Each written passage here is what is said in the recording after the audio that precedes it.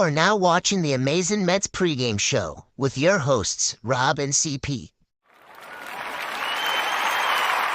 Let's go Mets! Let's go Mets!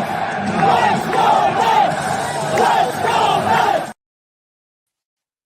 What's up, Mets fans? Welcome back to the Amazing Mets Pregame Show right here on both of our channels and on X. And OMG, what a night us Met fans had with Mark Vientos hitting that game-winning home run in the 10th inning to give the Mets the victory, get them to 8 in a row and 13 games over 500.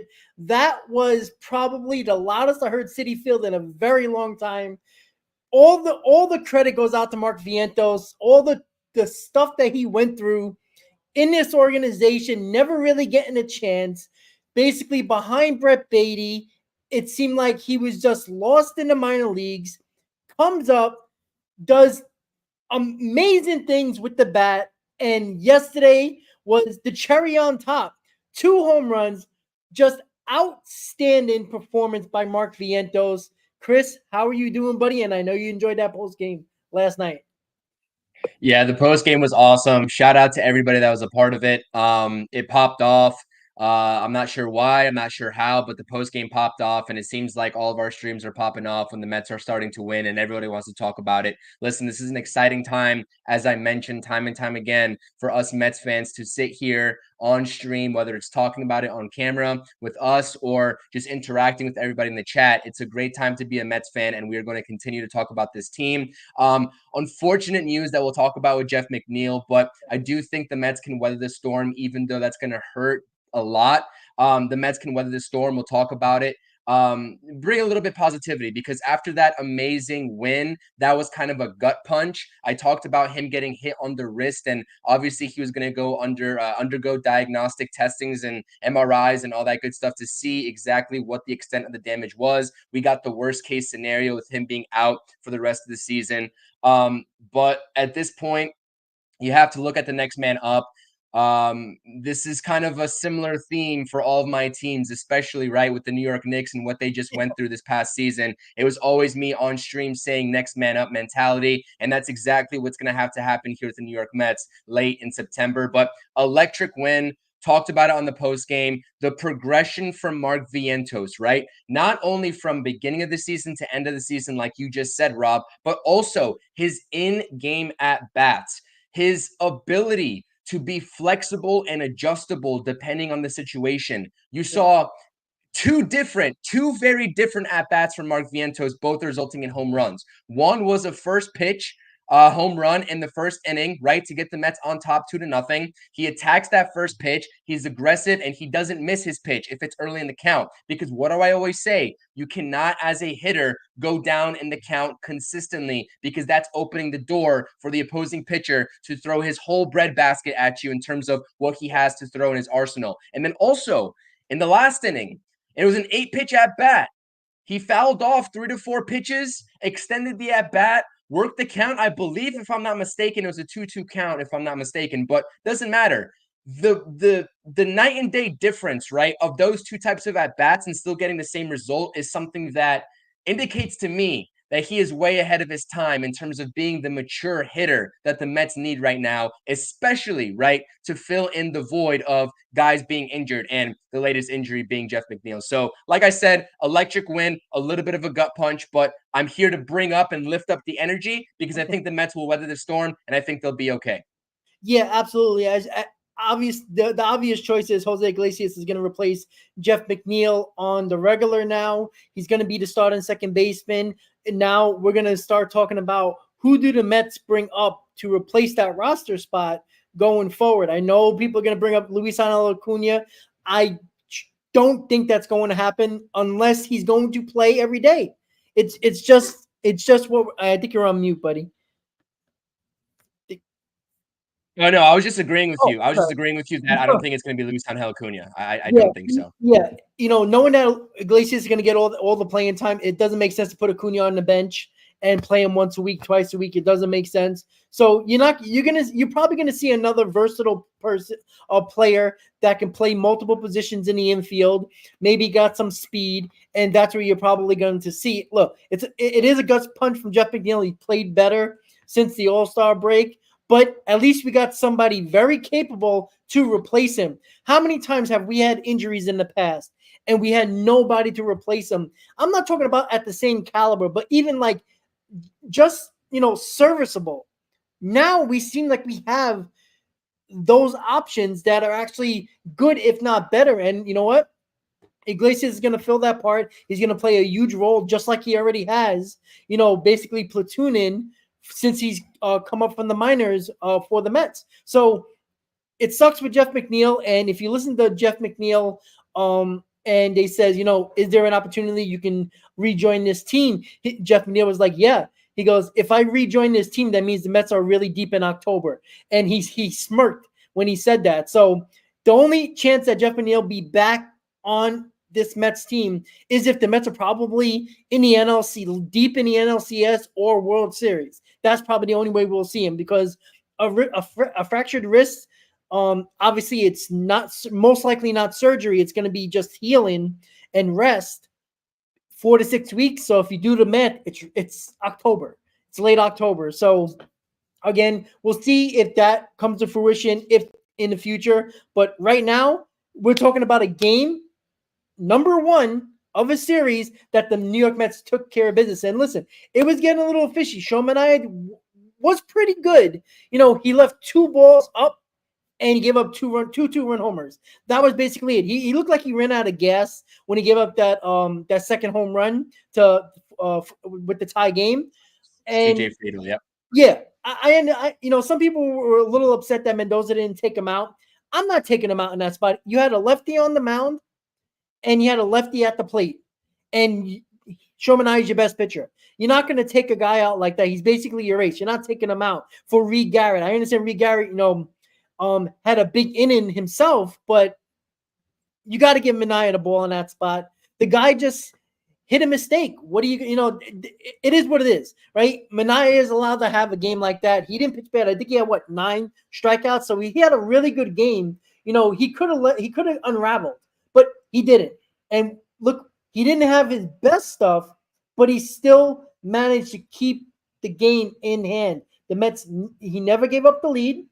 Yes, he gave up 2 homers to tie the game both times, but he kept them right where they needed to be to lead up to the bottom of the 10th with the Vientos 2-run homer to win the ball game. So, look, 13 games over 500. The Braves did win, but we did gain a game on the Arizona Diamondbacks. I think we're, a game from them now? So, again, this is the possibilities. This is the different avenues of ways to make the playoffs now. It's not just the Braves anymore. It is Arizona basically falling apart. They're not playing well. And I think over the last 10 days, the Mets gained 5 games from the Arizona Diamondbacks. That's awesome. And listen, I'll take all the avenues we can get to make the playoffs, because this team, I'm telling you right now, this team, there's something magical with this team, Chris. I know we watch them every day, and I get, the Padre fans are probably saying that about San Diego. The Guardian fans are saying that about the Guardians. But it just feels like this team has the potential to do major damage come October. And I know we're not in the playoffs yet, but I just feel like they're going to find a way to get into the playoffs, because they're not going to not let that happen going forward. I don't know. What are your thoughts about that?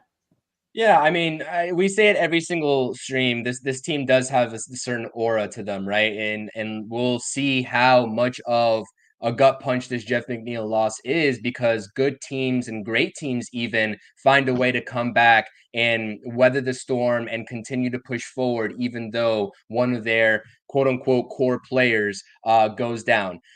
Just to say this real quick, Jeff McNeil was obviously hitting a lot better than he was in the first half. He was hitting a lot better in the second half. He was hitting 289 with over 900 OPS in the second half.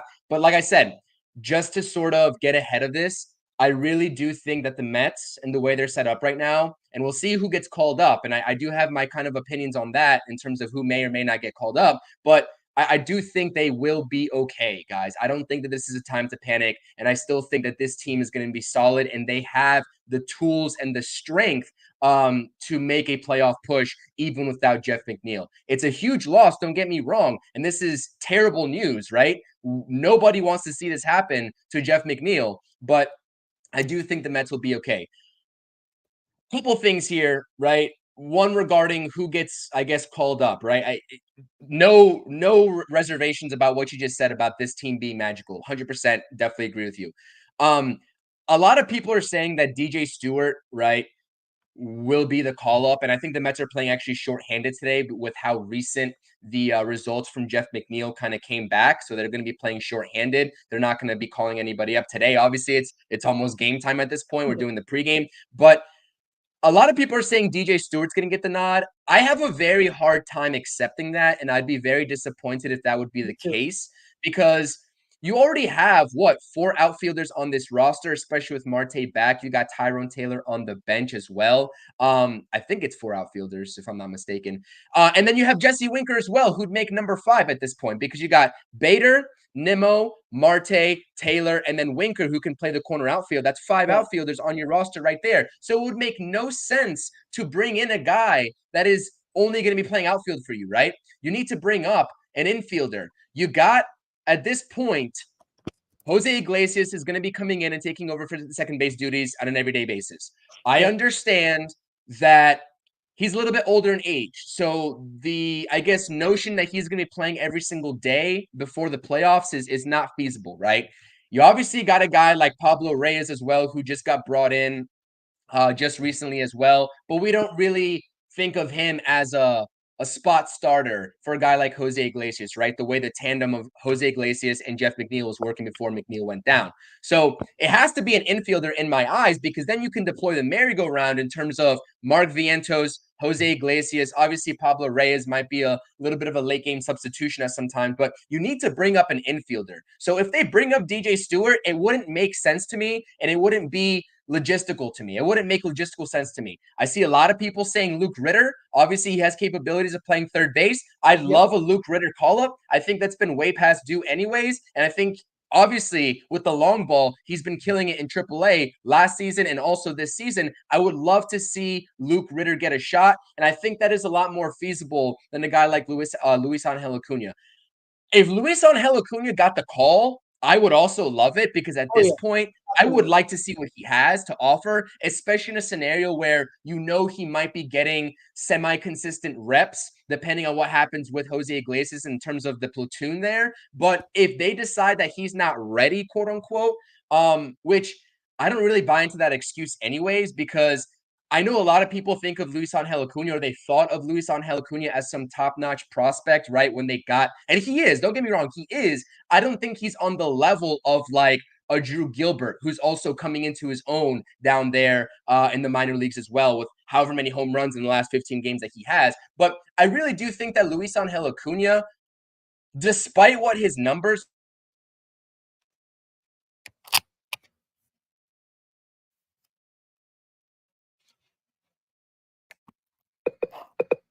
Chris, I don't think I can hear you. I'm sorry. Hold on 1 second. Nope, nothing. Oh, there you go. There you go. Yeah, you go. All right. What did you hear? Where did I leave off at? I heard Ritter, and then I heard a little bit more about Acuna. You liking Acuna a lot. You would be okay with that, and then it cut out. So sorry about that. I apologize about that. So technical difficulties on this Saturday. Don't you love it? What I was saying though is that I think I would love to give Luke Ritter a shot, and I don't really buy into the fact that Luis Angel Acuna, quote unquote, isn't ready. So therefore, I would like to see Luis Angel Acuna as well. But at this point, between Luke Ritter and Luis Angel Acuna, you really can't go wrong at this moment. They're not going to be getting, right, premier reps. That's going to be Jose Iglesias and Mark Vientos, right? They're going to be getting probably spot starts. And at this point, obviously, when Luis Angel Acuna got brought into this organization, everybody was like, oh, he's a top 3 prospect in the Mets farm system. That has proven to be not true at this point. So obviously, he's still a top 10 prospect, but why not just give him a shot to see what he does? That's my thinking at this point, right? That's my thinking. I don't think it's likely, but I will say though, Luke Ritter, Luis Angel Acuna, top 2 in my eyes in terms of who I want to see, but it cannot be DJ Stewart. You heard the part where I said the outfielders is already crowded on this roster, right? You heard that part. I heard that part. Okay. Yes. It would make no sense to bring up DJ Stewart whatsoever at all. Like, So- and it wouldn't bring it. As much as I like Drew Gilbert as well, and I think that he's also probably ready as well. It doesn't make sense. It wouldn't make sense to bring him up either. Yeah, So yeah. it's just like a logistical thing. Yeah, exactly. You know what? You know what's funny, right? You brought up Luke Ritter, and I had it ready to go, ready to talk about it before you brought him up. I had it all ready to go. So 100%. That was the first guy I thought of, other than Pablo Reyes or something like that. I saw Luke Ritter. I'm like, you know what? That's a great idea. The guy has tremendous amount of power, 26 home runs, 88 RBIs, 262. He's playing extremely well in AAA. He can play second. He can play third. Basically what you want right now for this team, because McNeil can play third in an emergency. He can play second base. Ritter is not really an outfielder, but I think he played right field a very, very small sample size, but he's a utility infielder. And that's what the Messian at this point right now. And he can provide power off the bat, give guys days off as well, every now and then. And look, why not have some more power on that bench? And you know what? Listen, he's the way his stats are, he deserves a call up. Why not? Let's see what he got.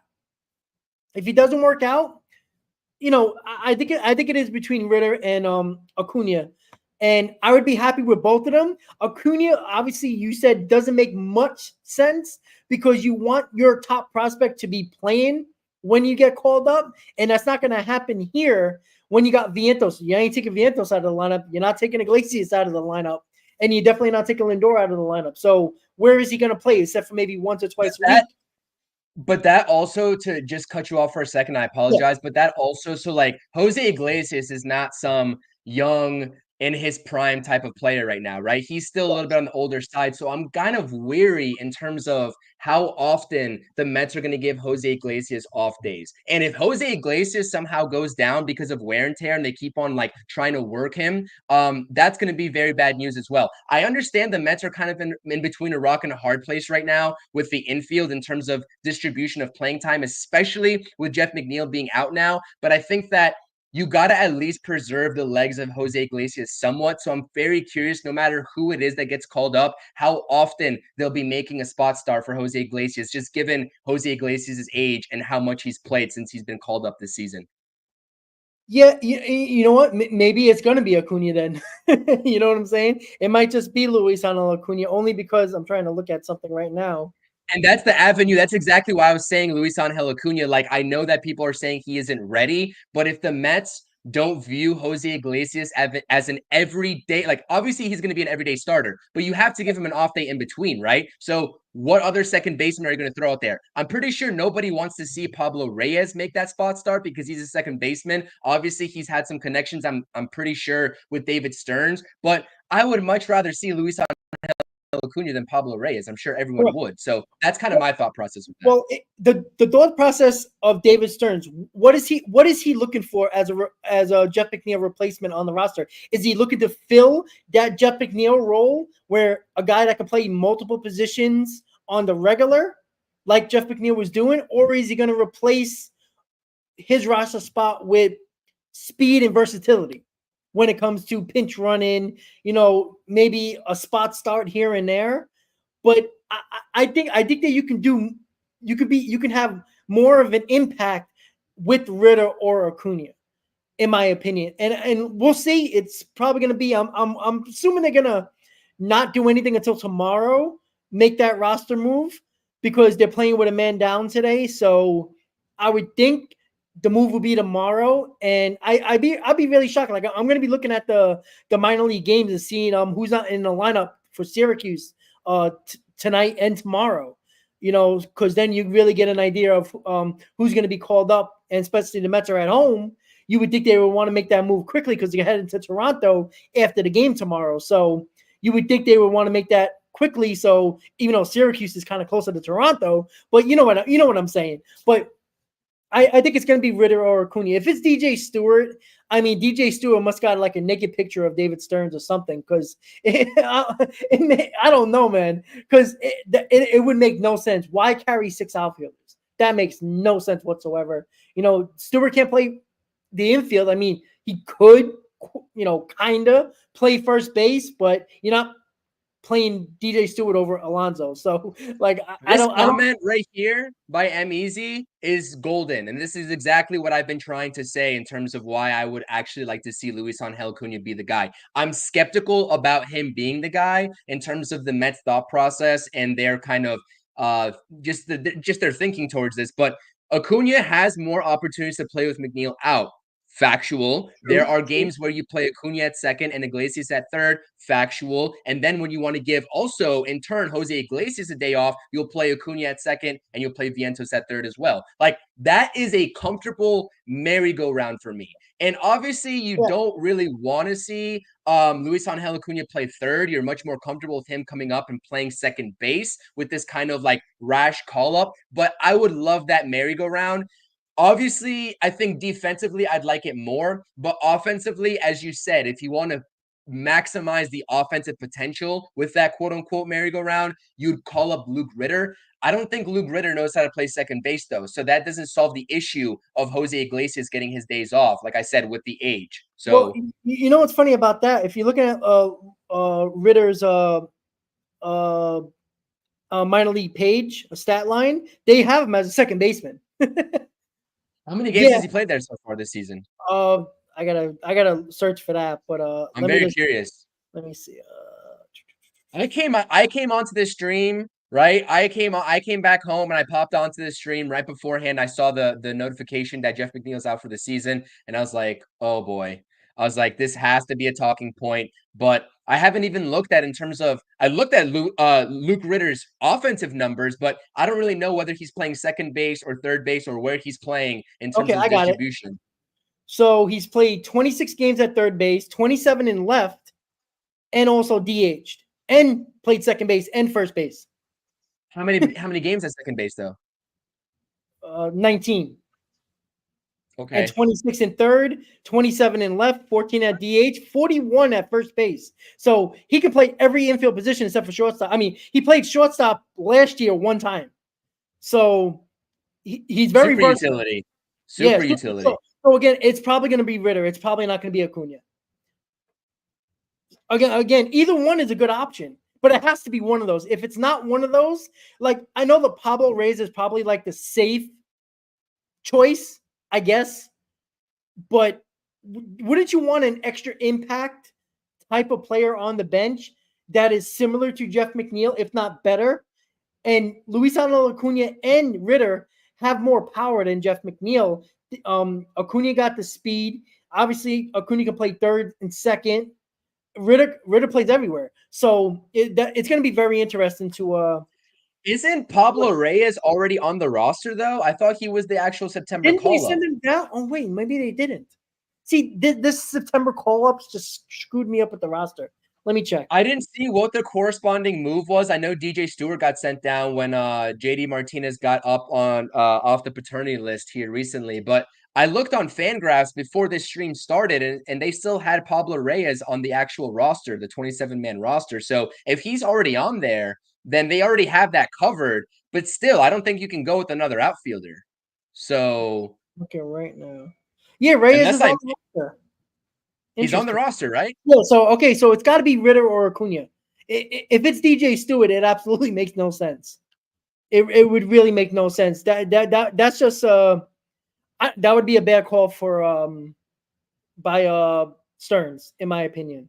So yeah, I don't, like I said, now I'm like, I can't wait for the call up. Like, I can't wait for the roster move. Obviously, it's gonna happen tomorrow, most likely in the morning, or even tonight after the game, just so we can they can get him here in time before they head off to Toronto. So, it's going to be interesting. It sucks that Jeff McNeil's not here, but we have quality options that deserve to be up here. Like, they've been playing well enough from Ritter and Acuna, I'm talking about, that deserve a call-up. And maybe one of these guys are lightning in a bottle, right? Because they replace McNeil on the roster, they're playoff eligible as long as they're on the 40-man.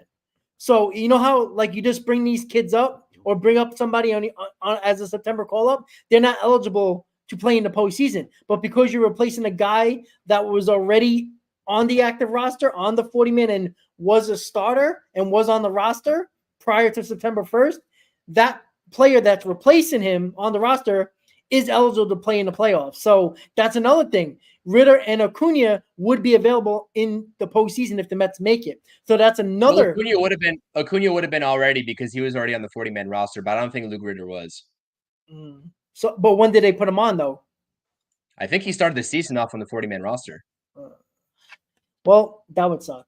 So we'll have to wait and see about that. But it's going to be very interesting. Again, we know we have a game today. We're trying to really talk about it, but it is a very interesting topic because I know a lot of people that heard the Jeff McNeil news was like, all right, who are they bringing up? And I know everybody talked about Acuna because that's like the shiny new toy that we have on our prospect list, but you don't hear about Ritter from a lot of fans unless you do your homework a little bit. And again, not trying to toot our own horn a little bit, but both of us were thinking Ritter prior to even thinking about Acuna because of the versatility, which we both didn't think that he had that much versatility. I mean, he plays everywhere. I did not. He plays everywhere. Like he played 70, 80 games this year, 85 games this year, and he's played everywhere in the infield except for catcher. So he even played a little shortstop. So he actually can play anywhere, and he's providing a hell of a lot of power. And I wonder if the only thing that I can think of why they would choose DJ Stewart is because of the stupid left-handed bat, regardless of his position. Because we are losing a left-handed bat, but man, I really don't care. Acuna, Ritter, they're better than DJ Stewart. I mean, maybe they won't be at the major league level. We don't know that yet, but give one of those guys the opportunity, right? All they can do is either perform or don't. And it's not going to make or break this team because if they're not going to play well when they call up, they're going to be on the bench or sent back down. So they're not going to, hurt this team and be that impactful on the negative side. But if they come up and do their job and actually perform, the impact is going to be positive. So I think there's nothing to lose. It's a win-win situation, in my opinion, right? If it's Acuna, Met fans get excited about Luisano Acuna, right? Wouldn't it be cool him getting the start tomorrow, getting called up and getting a standing ovation from the Citi Field crowd? That would be awesome.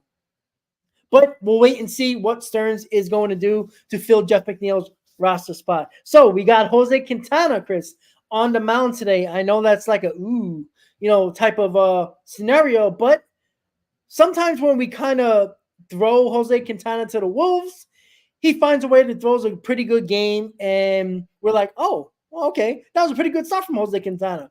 What is your confidence level today with Jose Quintana on the mound? It's not a very, very potent Cincinnati Reds offense, but they do have power in that lineup, as we saw yesterday. What do you want to see from Jose Quintana? What are you looking for with his line for today's game?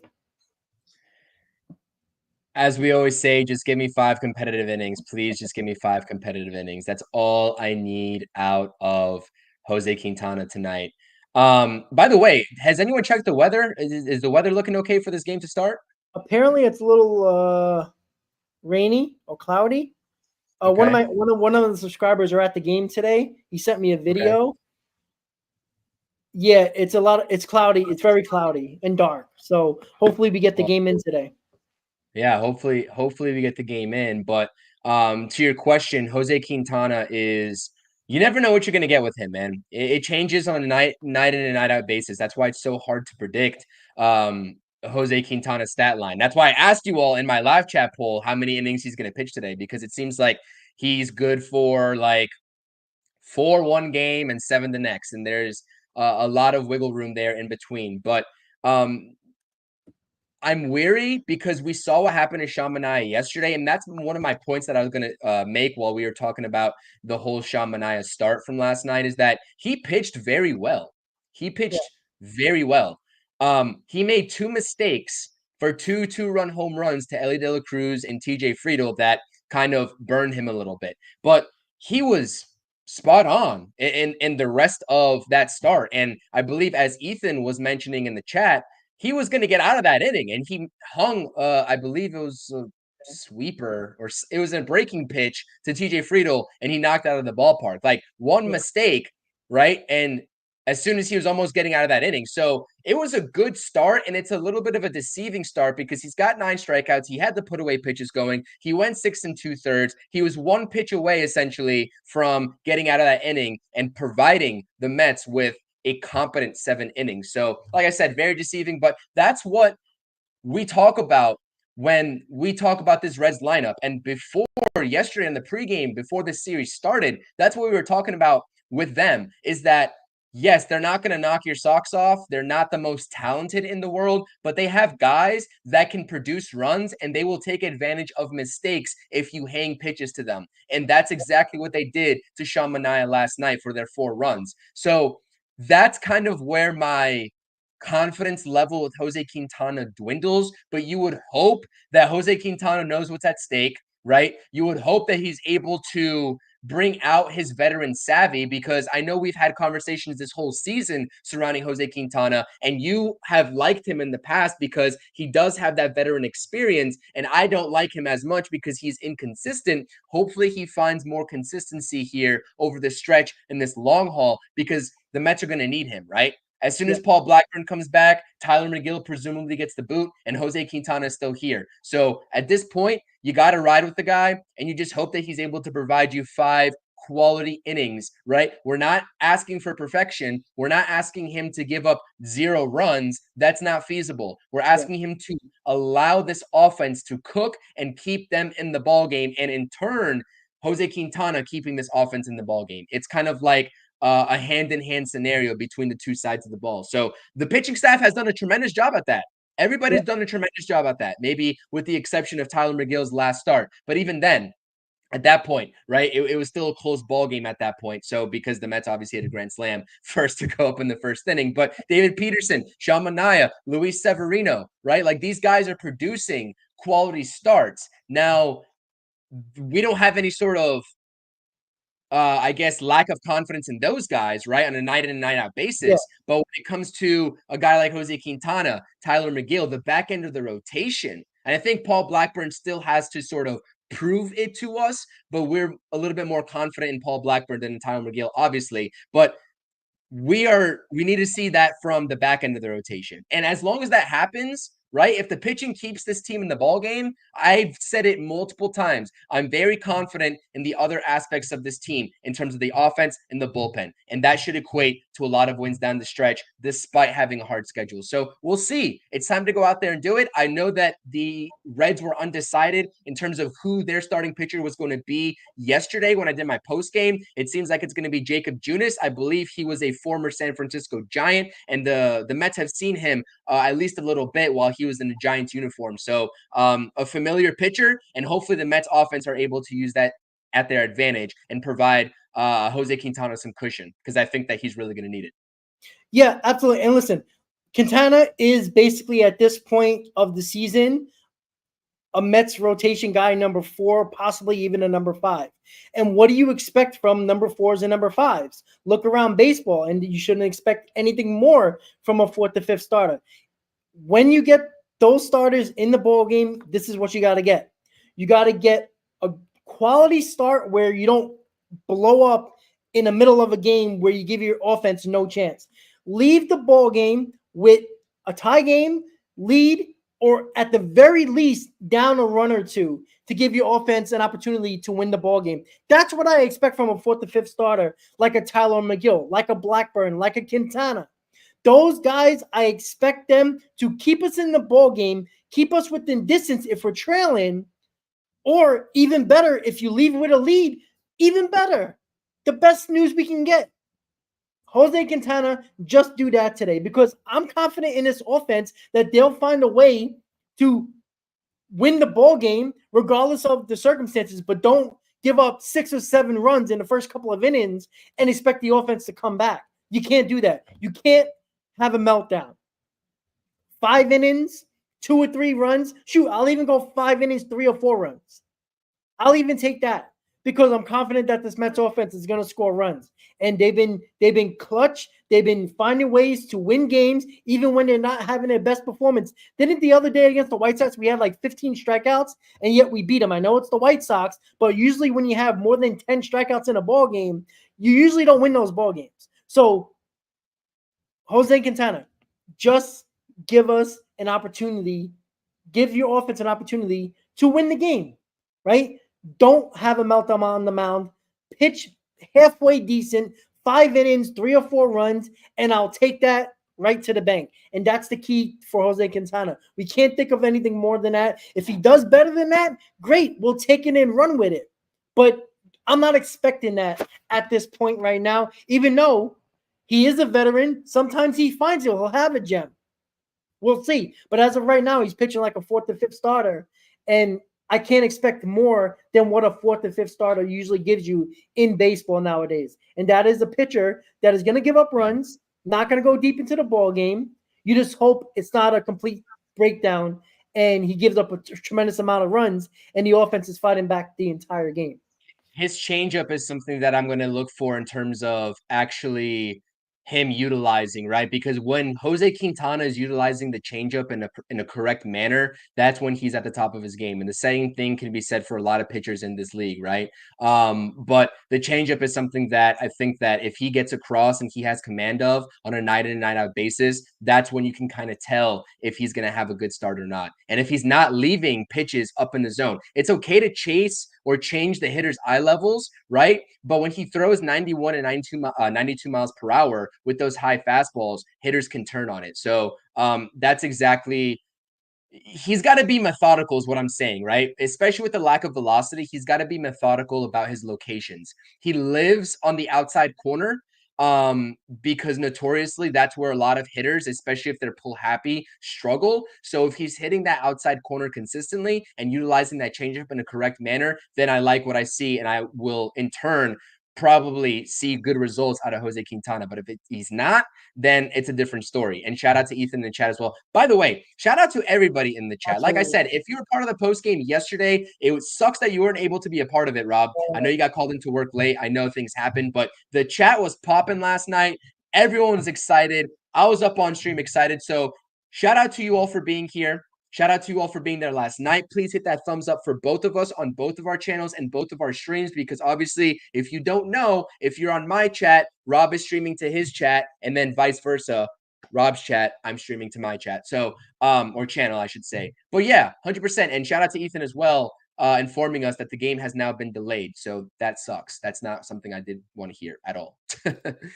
All right. Well, well, I guess I'll be watching a little bit of college football until the game starts.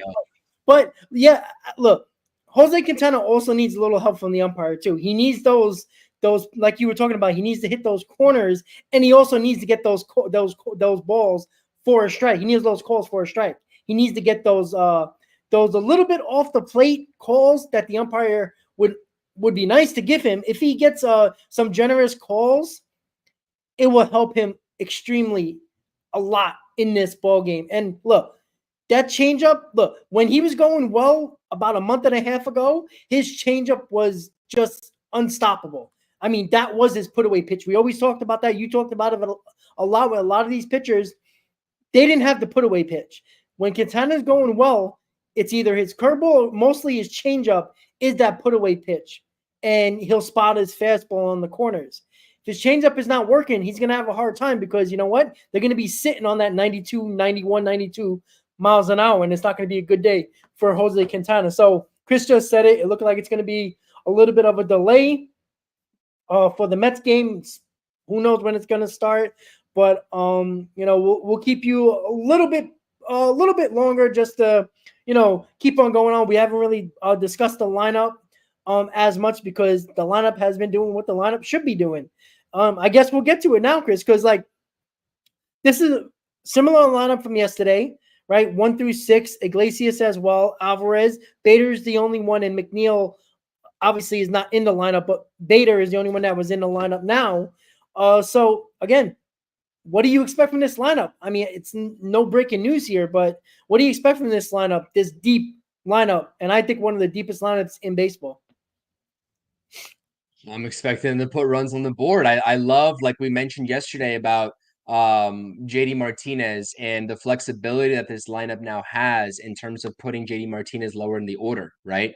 JD Martinez is having, to his standard, I think it would be fair to say, a subpar year. But even with what he's producing, it's been pretty good. It's been pretty beneficial for the Mets, right? You're talking about a 250 average just around with about 16 home runs. He's going to get to probably 20 if I had to imagine, or close to it, which is great. And he's got about 65 RBIs. I would imagine he's going to end with like maybe 70, 75 RBIs when the season is all said and done. And that's not the production that he had last season, but that's some production that I would take all day long in terms of being a supplemental piece to the rest of the guys in the lineup. And you have the flexibility of moving him down with the way that Mark Vientos is playing now. One thing is for sure, and two things are for certain. Pete Alonso needs to get his head out of his ass, right? I'm so sorry. I want to give Pete Alonso praise and props, and he has been, I guess, hitting the long ball a little bit more frequently recently, and that is always going to be present with Pete Alonso. But some of the at-bats, again, on a consistent basis, and yesterday was more of the same, it just does not look good. It does not look good. And it looks like he's guessing, he's chasing. Ron Darling himself, right, on the broadcast, even said, the main reason why Pete Alonso is struggling right now is that opposing pitchers know for a fact that they can get him to chase out of the zone, whether it's with a fastball up and out of the zone or whether it's with the slider. And it's a shame that he has set that precedent, because these opposing pitchers, if they know that they can just change the eye level, throw him a high fastball, and even if he lays off of it, come back with something soft on the outer third of the plate, maybe even 2 or 3 inches off the plate, and that he will swing at it if he's got 2 strikes because he's up there trying to protect. Yeah. Not good. Not good.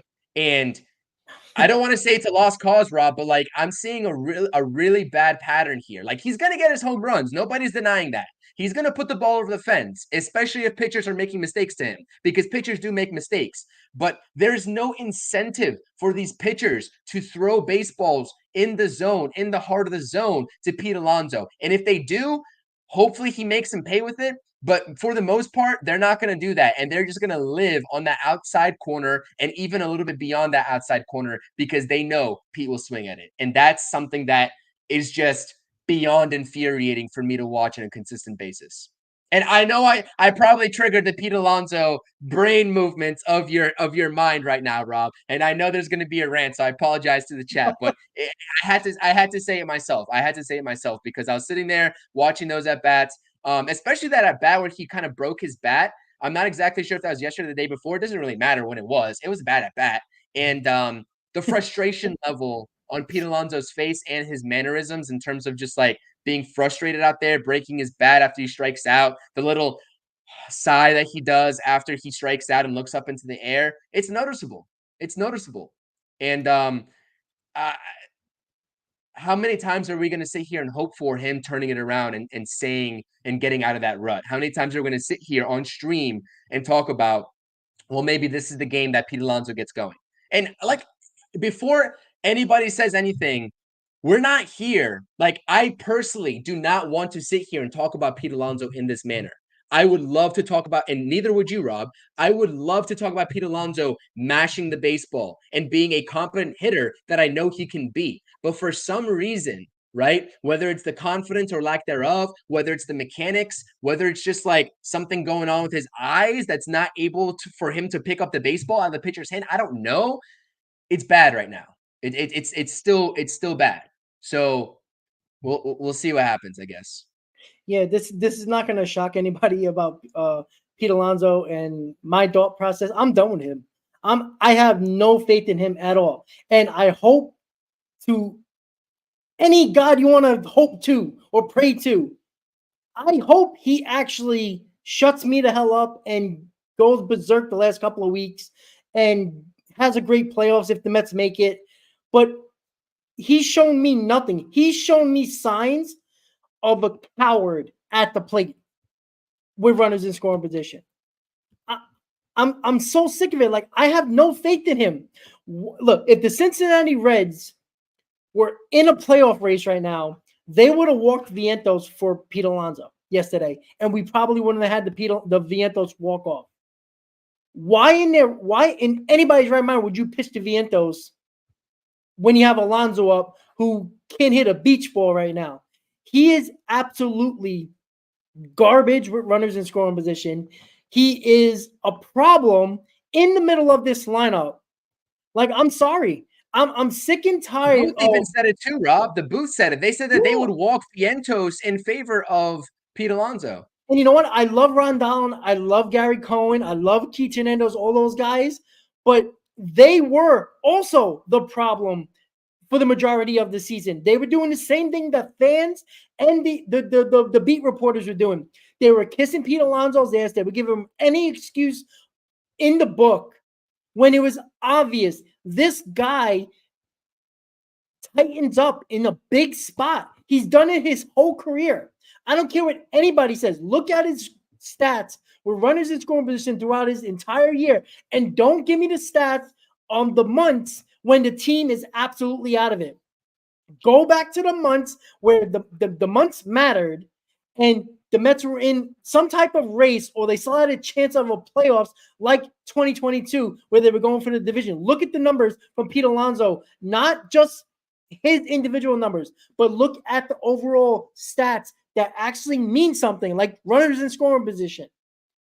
Those are a problem. It's his entire career.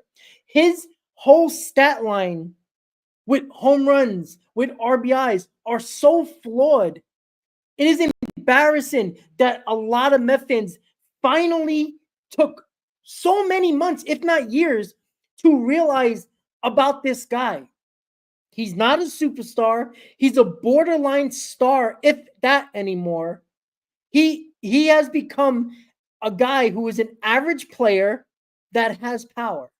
You know how many guys that do the same thing in baseball? You're not special. And that's the sickening part about it, because I was fighting with a lot of Met fans for a while. Chris, you were on a lot of the shows. We did roundtables for 2 years now, basically. You know for a fact that I've been talking about this for a while. And it's not that I don't like Pete Alonso. It never is the case. I want him to be a career Met. I want him to be hit the most home runs in Mets history, hit 500 home runs as a New York Met. I'd love a career Met. But I'm not going to continue to, kiss his ass like the booth did for many, many, many years. And these prior couple months before they actually started talking about it, when they actually started to put the stats on the screen about Pete Alonso. They did not do that from April all the way until like July. They started to do it in August or late July. So finally, everybody's coming around about Pete Alonso, that his numbers are very skewed and they're misleading. Just because they look nice, you got to dig a little deeper and realize how poorly he has been in the big moments when games and the months actually mattered for this team. Not when you're 30 games out, not when you trade everybody and your mother at the trade deadline and you're going to give me August and September stats that mean absolutely nothing. That's the problem with Pete Alonso. Hopefully, he can still prove us wrong. Like, we can all look like fools in the next couple of weeks where he just goes crazy. But we've been saying this for 4 months now. It's getting ridiculous now. And now it's all in his head now. You can shave your beard. You can shave your mustache. You can go clean shaved. You know what? Shave your fucking head. Shave your pubes. Shave your chest. I don't care. Do something. But it's getting ridiculous now. Like, you're looking like a fool. All right? I know baseball players are superstitious. I was superstitious when I played as well, right? Well, when things were going well, I would wear the same baseball socks. Like, I would be that crazy, right? But when things are going well, I would, have the high socks. I would, I would do all types of crazy stuff. I understand that.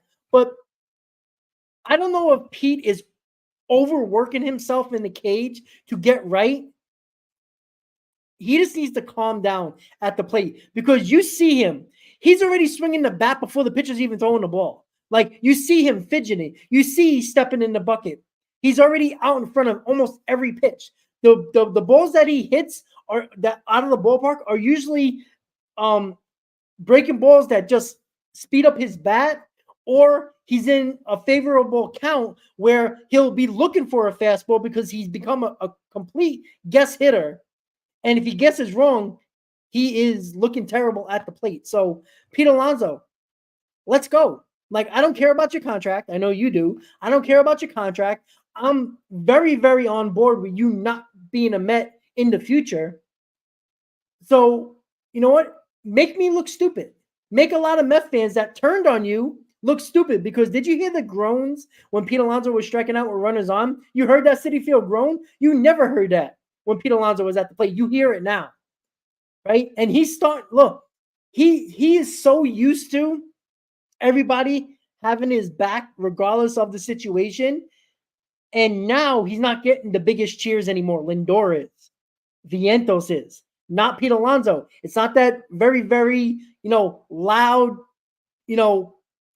Pete Alonso chant, or just a loud cheer when he gets introduced at the plate. It's a huge difference now when people are expecting you to fail. You are not the ray of sunshine of these Mets fans anymore in their eyes. So not right now. You are the problem, and you are the biggest problem in the middle of this lineup. If you don't get it together, I mean, I'd love to say the Mets can go deep into the playoffs, but how much better could this team be if Pete Alonso actually have a pulse? Like, it's frustrating. And that's the frustrating thing about it too. And I know that, and like, we are not naive to the fact, and I just want to make this very clear to everybody that's listening here in the chat. Like, we are not naive to the fact that there's other guys in this lineup struggling, right? Yeah. Alvarez is struggling. Bader, for the most part, recently, he's had a good season, a very good season, more than I expected him to have. But recently, he has been struggling. But look at where those guys are in the lineup. And you can even say JD Martinez has been struggling too, because he's had some pretty awful swings. But look at where those guys are in the lineup, particularly Alvarez and Bader, versus where Pete Alonso is. There's a handful of times, especially in the last couple of games, where Pete Alonso, his number was up, and there was opportunities for him to drive runs in. I'm not even talking about, right, a runner in scoring position with 2 outs, because that's like a clutch stat right there. He's also horrible at it, and the numbers reflect that this year and last year. But just runner in scoring position, less than 2 outs. We're talking about less than 2 outs, right? And he can't even come through. So it's starting to become a very bad pattern. And the statistics behind your clutchness and your ability to hit with runners in scoring position, those are out there. Like, we can all research that, and we can all see that, and we are seeing, and the broadcast is making it come to light as well, that you're hitting 210 with runners in scoring position. That might even be lower now after the last couple of games, and it's just not good. It's not good. So it's not like we haven't seen Pete Alonso be successful with runners in scoring position a handful of times, especially over the last couple of years. We've seen it out of him. We just haven't seen it consistently, and especially not this season. And I agree with you, Rob. I agree with you in my, I guess, hopeless, optimistic mind that Pete Alonso still has the chance to prove us all wrong and go on a tear and fortify and solidify this middle of the lineup. Because if Pete Alonso is hitting the ball well, right, not even lights out, but just well, that 1 through 5 primarily is very dangerous. Yep. Very dangerous. And obviously, I'm not talking about Nimmo as well, because I think he's also been struggling as well. But we talk about Nimmo definitely deserves some criticism as well, because he just has not been putting together competent at bats either. But Pete Alonso is, when he's on, the impact that this team will have, in my humble opinion, like you just said, it'll take us from an already good team to a team that can make a push for a division with how many games left against the Phillies. At worst, at minimum, a 2 or 1 seed wild card spot. So that's why we're always just holding out hope for Pete Alonso to go on this tear and solidify this middle of the lineup, especially with how Jesse Winker over the last, 13, 14 games has been playing, has been swinging the bat, and as well as Mark Vientos. He's been an absolute tear, 24 home runs on the season. So, it just, those 2 guys on either side of him, sandwiching him, the whole talk was give Pete Alonso some protection, right? That was the whole talk. And honestly, at this point, Jesse Winker, JD Martinez behind you, or JD Martinez behind you for the most part of this year, you can't make that excuse anymore. Nope. what Pete Alonso has done has been all on him, and it's unfortunate to see. And I'm not doubting that it's not his talent level that's not kind of coming up big for the Mets. He does look like he's pressing out there. He does look like he's stepping in that box nervous, like you mentioned, Rob. I see it as well with the mannerisms. Like I said, when Pete Alonso is up there, and his approach at the plate and the way he steps into the box, it doesn't look natural. Like, I know when Pete Alonso's on, everybody here has seen Pete Alonso performing at the top of his game, and the way he's conducting himself on the field right now does not scream confidence to me. So I'd like to see that turn around. I'm gonna cheer this guy on because right now he's a New York Met, and we don't know what the contract negotiations are gonna hold this offseason, but bottom line is that he's a New York Met for the next month at least, right? In terms of the regular season. And we're going to need to see this guy perform if the Mets want to go to where we think that they could potentially go. And that is get into the playoffs, one. And then after that, you always say this, once you get into the playoffs, anything can happen, and maybe go a little bit further than that, which would already be a win at that point. So it's frustrating. It really is. And I really didn't want to sort of end this stream talking about that, but it's something that everybody, if you haven't already, you might be sleeping under a rock. I don't know. But yeah, everybody's eyes should be on Pete Alonso in terms of what he's doing on an at-bat to at-bat basis. Yeah, you know, his season, I mean, it wasn't as worse as Conforto's contract year, but it's seemingly looking very similar, where the guy turned down a very generous offer prior to the season, like Conforto did, thinking that they were going to get a big payday after the season's up in the offseason. And who knows what Pete Alonso is going to get. It's going to be a fascinating offseason for the Mets and Pete Alonso and where that's going to go. But again, we're 141 games into the season. We got, 21 to go? Look, that's it. It's 3 weeks of baseball left for the regular season. The Mets are tied with the Braves, a game and a half away from the Diamondbacks, and I think they're three and a half from the Padres. The Mets are right in it. They're definitely have possibilities of making it, not just with the third wild card, but other wild card, and possibly further reach is the division. But right now, Jose Quintana's got to do his job. This lineup's got to do their job. Today is the day we win a series. You win the series today. Tomorrow we talk about the sweep with Severino on the mound, right? If you can win this game with Jose Quintana on the mound, we're going to be riding high into this post game. And just a little break news here. Pure Adrenaline Sports John is also going to join me and Chris on the post game today. So it's going to be three of us on the post game, hopefully talking about a Mets win. And, you know, this is probably going to be a cool routine for a lot of us. Again, the Mets community is growing. The Mets community is a lot of fun, right? It's always great bringing more and more people together, especially Mets content creators together. And look, that's what we're trying to do here. We're trying to get everybody on board. And me, Chris, and John are going to hang out with you guys after the game, whenever that might be, because it ain't going to be 7 o'clock anymore, most likely. It'll probably be a little later. So, Chris, any final thoughts before we close this pregame? Well, Juan is saying here with the super chat to you, I think he says Pete might sign a 1-year prove-it deal like Severino and Manaya. And I absolutely agree with you, Juan, 100%. Like, I think that could be. And let's not forget, everyone talks about Pete Alonso. He's got a qualifying offer waiting for him from the Mets. I think that if the Mets can't figure out an appropriate long-term solution, they're going to slap the QO on him, because even if he walks, they get a draft pick in terms of compensation. So they're going to do that to Pete Alonso at the very minimum. A lot of people forget that. And I just want you all, as we approach the offseason closer and closer, to know that at worst, you'll see Pete Alonso back on a qualifying offer. But if he doesn't want to take the qualifying offer and some other team is going to be out there giving him a long-term contract or maybe a 3 or 4 year deal, and he wants to take the security, okay, at that point, he walks. You have more flexibility in terms of not tying up that kind of cap space. You have a lot more flexibility for David Stearns, and then you can go ahead and get that draft pick compensation in return. So good point as well. And I think people just need to keep that in the back of their mind. But other than that, I don't really have anything else. I'm not satisfied, Rob. I'm not satisfied with 8 wins. I'm not. Especially as long as the Braves win ball games, I'm not satisfied. I want 9. There's no reason to lose, right? Just like last night, we said it on the pregame. There's no reason to lose this game against the Cincinnati Reds, albeit you had your better pitcher on the mound, right? Win 9 straight. We're going to be buzzing on this post game, just like I was buzzing on the post game last night. Very excited to do the little trio post game. It's going to be broadcasted to all channels. This is awesome. Love the Mets content community.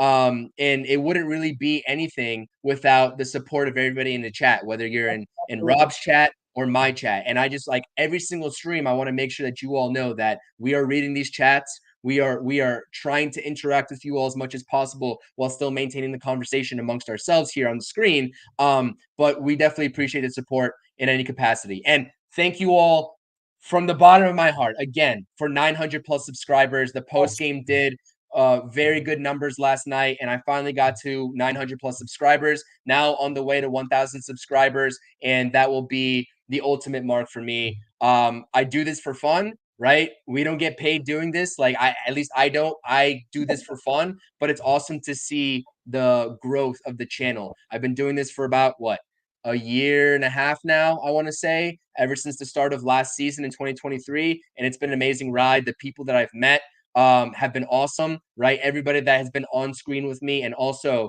just everybody in the chat. Like even if I don't know you personally, it means a lot that you're here and listening to us and listening to me. So I definitely appreciate that.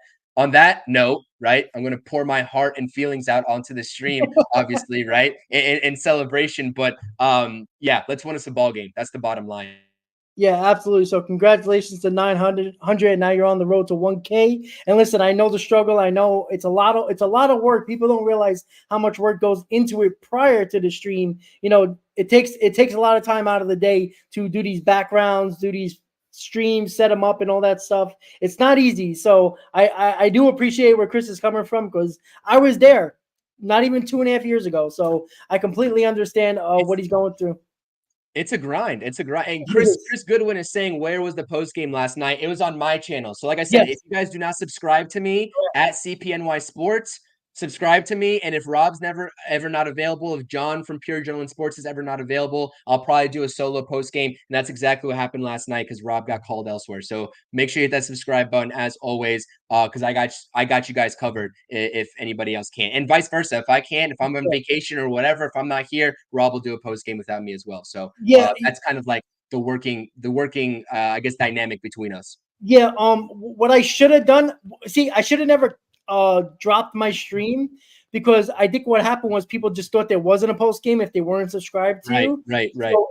So from now on, even if we're not available, we should leave it on. We should actually put it on our channels as well, just so everybody knows where we can find it. Because if I'm the only one there, or you're the only one there, and it's on both channels, you can tell everybody to go on the channel that the person's actually speaking. So it would be easier to interact, and actually people who are not subscribers could pop onto that channel. So we'll do that from now on, because it was my fault, because I got called into work earlier than expected, and I just deleted the stream, and it kind of made a decent amount of people from my stream didn't even realize there was a post game. So that's on me, not on Chris.